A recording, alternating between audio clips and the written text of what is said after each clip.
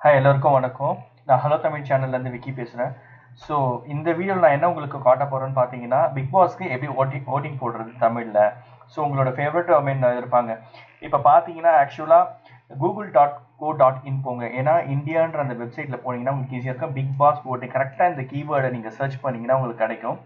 நான் log out பண்ணி பார்க்குறேன். ஃபஸ்ட்டு லாக் அவுட் பண்ணிவிட்டு போட்டு பார்க்குறேன். என்னால் ஓட் பண்ண முடியுமான்னு தெரியல.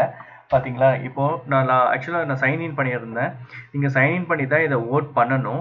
ஸோ அப்போ என்னன்னு பார்த்தீங்கன்னா, ஒவ்வொரு ஓட்டுக்கு சைன்இன் பண்ண ஐ திங்க் எனக்கு இப்படி பண்ணால் கூட நிறைய லாகின் பண்ணி எல்லாரும் டூப்ளிகேட் லாகின் க்ரியேட் பண்ணி சப்மிட் பண்ணிக்கிட்டே இருப்பாங்களே. ஸோ என்னை பொறுத்த வரைக்கும் பார்த்தீங்கன்னா ஈஸியாக பண்ணலாம். பட் ஓகே, இப்போ பாருங்கள், சைன்இன் டு சப்மிட் ஓட்ஸ்ன்னு வருது. நான் சும்மா டம்மி அக்கௌண்ட் தான் யூஸ் பண்ணுறேன் இப்போது. ஸோ இப்போ நான் பார்த்தீங்கன்னா இங்கே சைன்இன் பண்ணிட்டேன்.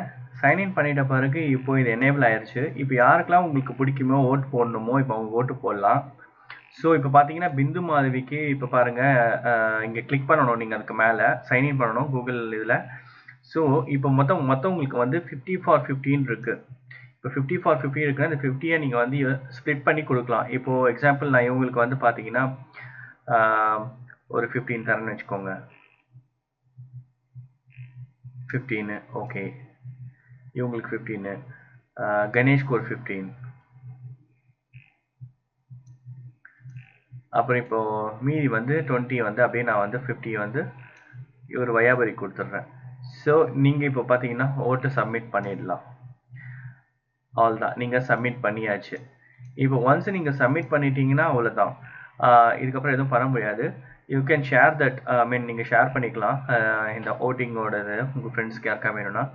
பட் என்னை பொறுத்த வரைக்கும் பார்த்தீங்கன்னா இன்னும் டூப்ளிகேட் லாகின் கூட க்ரியேட் பண்ணி பண்ணலாம் போல இருக்குது. ஸோ இப்போ பார்த்தீங்கன்னா ஆல்ரெடி டூப்ளிகேட் சர்டிஃபிகேட் நிறைய பேர் கண்டிப்பாக க்ரியேட் பண்ணி வச்சுருப்பாங்க. இப்போ நான் ஆல்ரெடி ஒரு அக்கௌண்ட் வச்சுருக்கேன்னு வச்சுக்கோங்க.